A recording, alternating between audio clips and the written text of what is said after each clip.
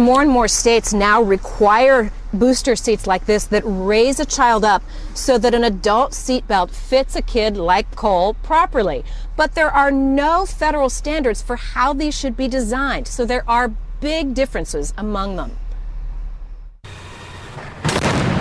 The Insurance Institute for Highway Safety crash tested and measured 60 child booster seats using a specially designed dummy the size of a 6-year-old.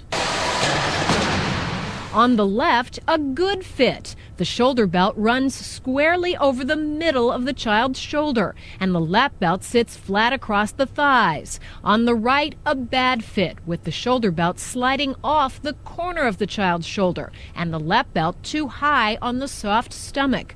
A bad fit at the shoulder can fling kids forward, and at the waist can cause internal organ injuries. The main thing boosters are supposed to do is to provide good belt fit. So it is somewhat surprising that some boosters aren't doing that very basic job. Here are the booster seat best bets according to the Institute. Tests show these seats position children well in relation to the seatbelt, no matter what type of vehicle they are used in. And good news, some of them cost as little as $20. I just looked at what was in my price range and what was safe based on my research. The Institute named these 11 seats not recommended, meaning parents should avoid buying them. Half of the seats on this list are 3-in-1 combination seats that convert from infant seats to toddler seats and then to booster seats. If parents have a booster that's on our not recommended list, they shouldn't throw the booster out. Instead, keep using it until you can get a better one. Research shows children riding in boosters are 45% less likely to get hurt in a crash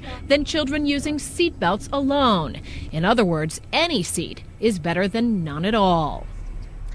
And there is one thing that is even safer than the best booster seat, and that is a car seat just like toddlers use, but jumbo-sized for larger kids. Now here's why.